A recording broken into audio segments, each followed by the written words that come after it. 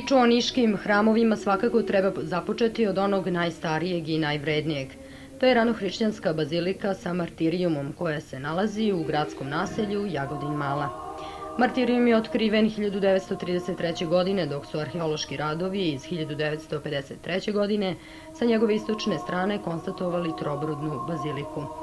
Monumentalni martirijum i impozantne razmere crkve predstavljaju posebnu kultnu građevinu u kojoj su se čuvale mošti i relikvije nadaleko poznatih mučenika. Iz istorijskih izvora znamo da je Niš u IV. Veku po svojim mučenicima bio poznat u hrišćanskom svetu. Reprezentativna bazilika sa martirijumom po svojoj prilici predstavlja crkvu posvećenu kultu niških mučenika. Niški martirijum je građevina pravougane osnove sa manjom nišom na zapadnoj strani. Unutrašnjost je podeljena na 4 veće niše, po 2 na severnoj i južnoj strani, zasvedene bačvastim svodom, čija su uzdignuta ležišta služila za polaganje pokojnika. Po ugledu na antičku tradiciju, martirijum je iznad bio obeležen nadgrobnom konstrukcijom. Na istočnoj strani je ulaz zatvaran užljebljenom kamennom pločom. Iz martirijuma flankiranim stepeništem izlazilo se u narteks bazilike. Bazilika je trobrodna sa polukružnom apsidom na istoku. Treba pretpostaviti da je sagrađena nešto kasnije od martirijuma s kojim je funkcionalno povezana. Unutrašnje zidne površine martirijuma i bazilike bile su prekrivene freskama, čiji su skriveni fragmentovani ostaci i danas vidljivi. Od značaja je da su, pored ostatka tkanina sa odeće pokojnika, otkrivena i 3 hrišćanska natpisa u mermeru, kapitel ukrašen atributima hrišćanstva, kao i manji ranohrišćanski olovni sarkofag. Na poklopcu sarkofaga plastično je izveden krst, čiji se izduženi kraci završavaju sa po 3 poprsja, a poprečni sa po 1 figurom koja predstavlja Sveto Trojstvo. Može se pretpostaviti da su u ovako bogato ukrašenom kovčegu čuvane mošti svetitelja.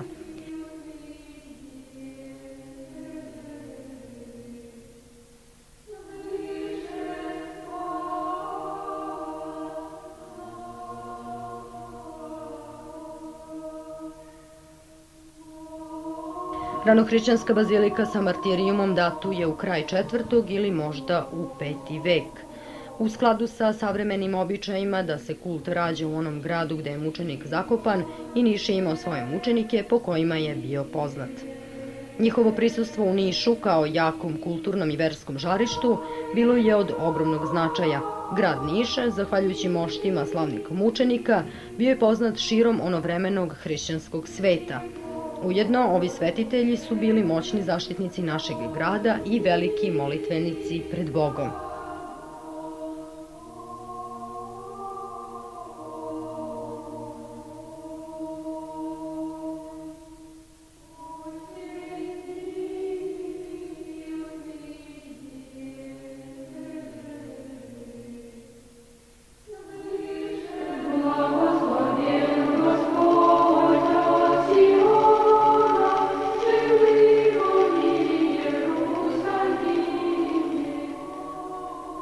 Crkva Svetog Arhanđela, Mihajla i Gavrila, mali saborni hram.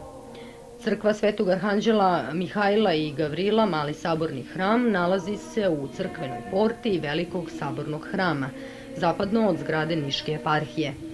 Sve do osvećenja Velikog sabornog hrama 1878. godine crkva Svetog Arhanđela bila je saborni hram Niške eparhije. Postoji opravdana sumnja da je izgrađen na mestu starije crkve, možda baš onog skromnog hrama koji putopisci 16. veka spominju kao jedini u Nišu.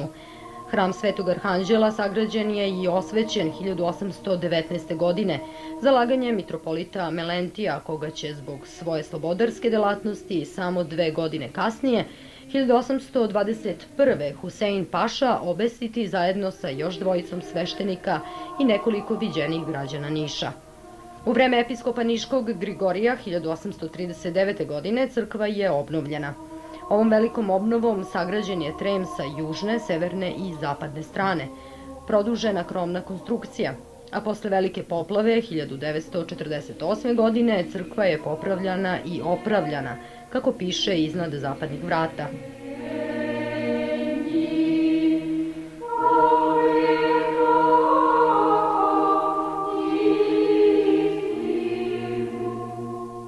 Crkva Svetog Arhanđela svojim većim delom ukopana je u zemlju.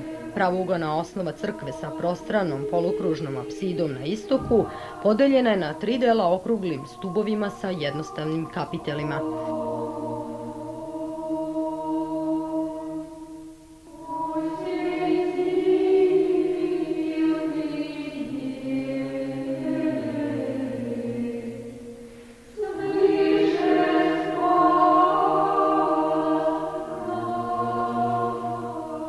Oltarni prostor od naosa odvaja ikonostas sa početka 19. veka sa naglašenim središnjim delom. Duborezni ukrasi na ikonostas izvedeni su u lipovom drvetu i predstavljaju stilizovane biljne i zoomorfne motive. Vešto izrađene carske dveri otkrivaju nam svu lepotu duborezačkog zanata. Ikonostas se sastoji od 72 ikone, od koji posebnu pažnju zaslužuje prestone ikone. Nastale su 1815. godine. Prestone ikone svrstavaju se među najlepše ostvarenja s početka 19. veka na ovim prostorima.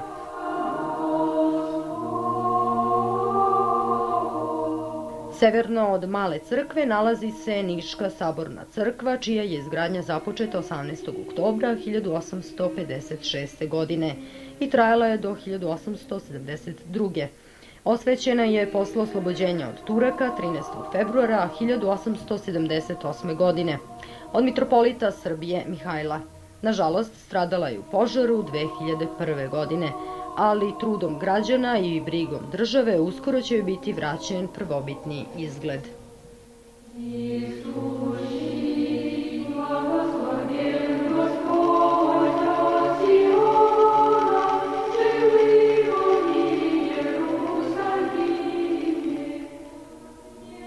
Crkva Svetog Nikole u Nišu. Crkva Svetog Nikole nalazi se u podnožju istoimenog brda u južnom delu grada zvanom Palilula. Hram Svetog Nikole ima svoju istoriju koja je nerazdvojiva od prošlosti grada Niša. Po svoj prilici svedok je povesti grada Niša od prvih dana hrišćanstva koje je ovde našlo jako uporište. O prvobitnoj crkvi Svetog Nikole, osim mesta gde se nalazila, teško je nešto više reći. Zapadno od današnjeg sakralnog objekta vidljivi su temelji nekada impozantne građevine dugačke oko 20 metara, a široke oko 12. O njenoj starosti uz mesto gde se nalazi govori podatak da je 1907. godine prilikom gradnje kapele Preobraženja Gospodnjeg otkriven u unutrašnjosti stare crkve mozaični pod, tada pokriven peskom i zastrt ciglom da bi se sačuvao. Pojedini istraživači naše prošlosti smatraju da je to katedralna crkva Svetog Prokopija, za koju znamo sigurno da je postojala u 11. veku. Mošti Svetog Prokopija nalazile su se u Nišu, čiji je zaštitnik bio, sve do pred dolazak Turaka kada su prenesene u Prokuplje, po kome je dobilo svoje ime. Tajnu o episkopskoj crkvi Svetog Prokopija skrivaju i danas vidljivi ostaci prvobitne crkve Svetog Nikole.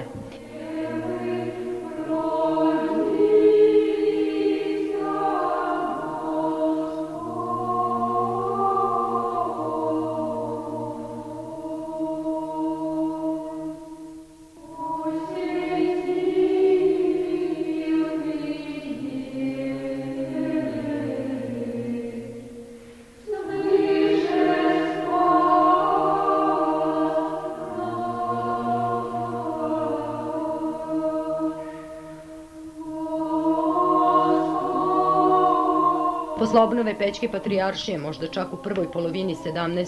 stoleća, na temeljima stare svetinje sagrađena je ili možda obnovljena nova crkva. Pošto mošti Svetog Prokopija nisu bile više u Nišu, crkva je posvećena najpopularnijem svetitelju među Srbima, Svetom Nikolaju. Potpuno razaranje crkva je doživela 1690. godine u besomučnoj osveti Turaka, u vreme prve seobe Srba pod Arsenijem III. Čarnojevićem. Crkva Svetog Nikole bila je ruina sve do 1722. godine, kada je inicijativom episkopa Janićija I. i prilozima Nišlija ponovo sazidana.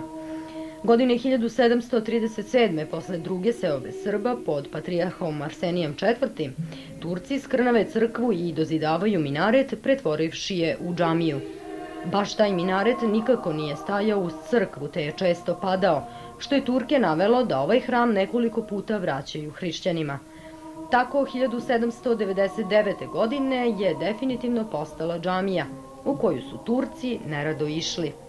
Slavna prošlost ove crkve Turcima nije davala mira, zato će 1862. godine Mitat Paša porušiti crkvu džamiju, da bi nešto istočnije 1863. i 1864. godine sagradio novu džamiju.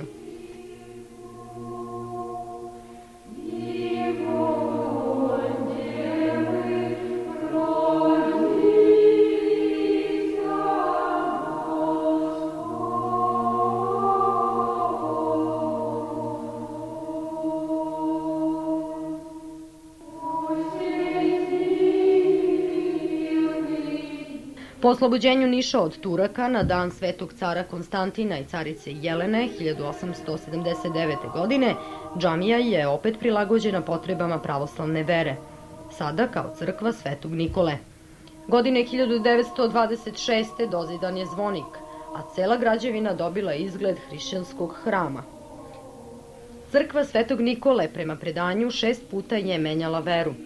Upoznati se sa njenom prošlošću znači istovremeno i proći kroz najvažnije periode istorije grada Niša. Poslednja restauracija započeta 2000. godine crkvi je dala potpuno nov originalni izgled u duhu pravoslavne tradicije, a dozidani i živopisni oltar je pregrađen novim ikonostasom.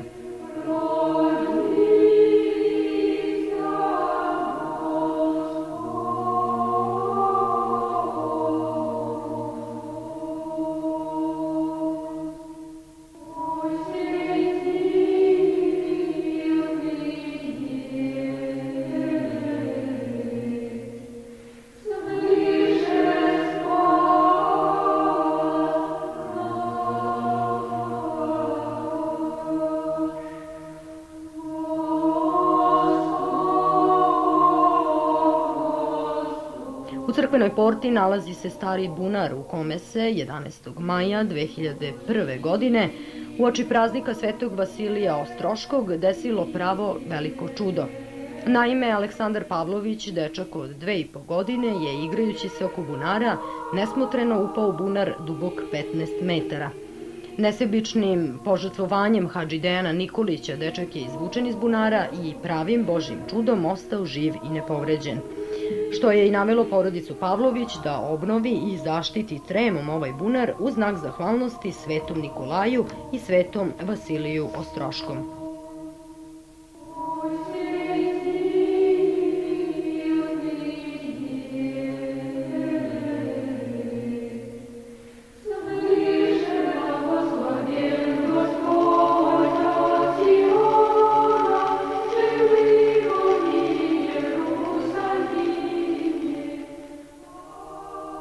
Crkva Svetog Pantelimona.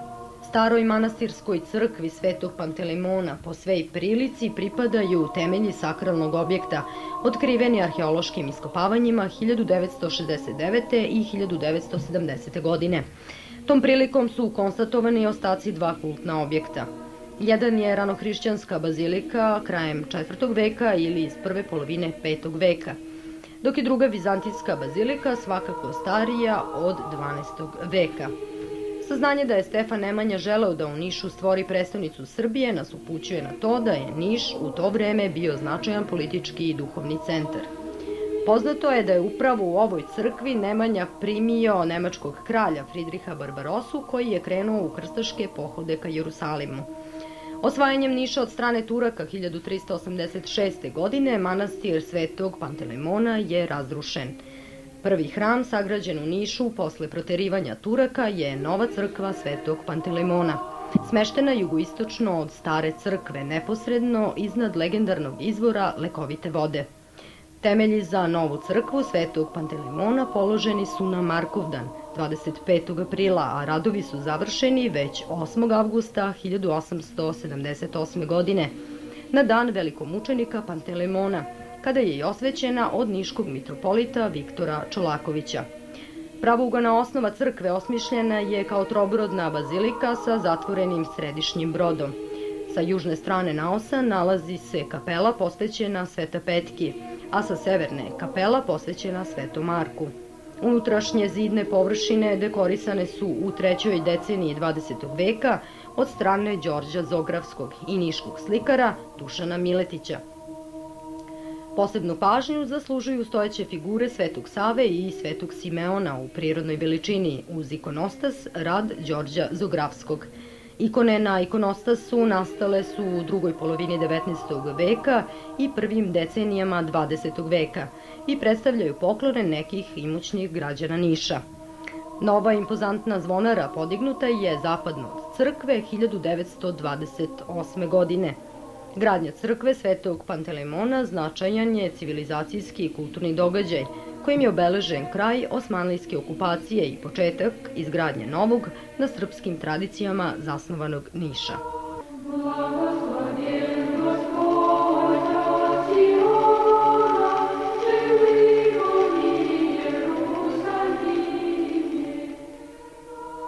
U toku petovekovnog ropstva bilo je više pobuna, a 1804. godine srpski narod na čelu sa Karađorđem Petrovićem diže prvi ustanak za oslobođenje. Posle oslobođenog Beograda i drugih krajeva Srbije ustanička vojska krenula je na Niš. Severistočno od Niša, kod sela Kamenica na uzvišenju Čegar, odigrala se 31. maja 1809. godine poznata Čegarska bitka, koju je u neravnopravnoj borbi vojvoda Stevan Sinđelić krunisao do tada neviđenim herojstvom. Na najistaknutijim položajima sa oko 3000 svojih saboraca, resavaca, Sinđelić je od ranog jutra do kasno popodne uspešno odolevao napadima turske konjice.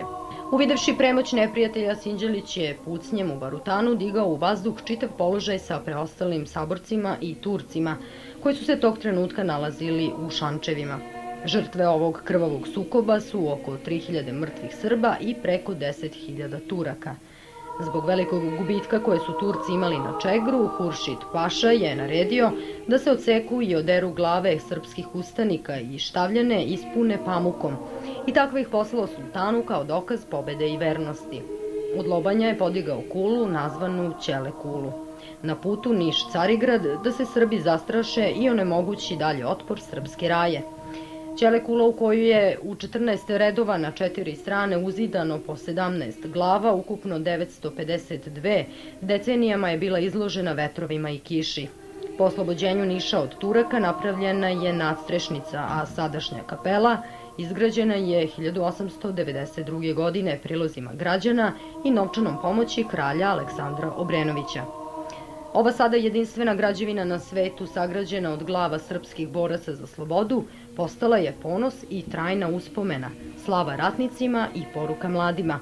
Kako je slavni francuski pesnik Lamartine, prolazeći kroz Niš 1833. godine, zapisao: "Neka Srbi sačuvaju ovaj spomenik. On će naučiti njihovu decu šta vredi nezavisnost jednog naroda, pokazujući im po kakvu su je cenu platili njihovi očevi." Za Ćele kulu sveti vladika Nikolaj Velimirović je rekao da je to najznačajniji hram koje Srbi imaju, jer nije zidan od skupocenog materijala i zlatom ukrašavan, već je načinjen od ljudskih lobanja. Na to nas upućuju i Hristove reči da nema veće žrtve i ljubavi pred Bogom i ljudima od one kada svoj život žrtvujete braneći pravoslavlje i svoje bližnje. Zato su ove lobanje sve bele ili žute, što je po verovanju hilandaraca dokaz da su se ovi mučenici posvetili i zadobili carstvo nebesko.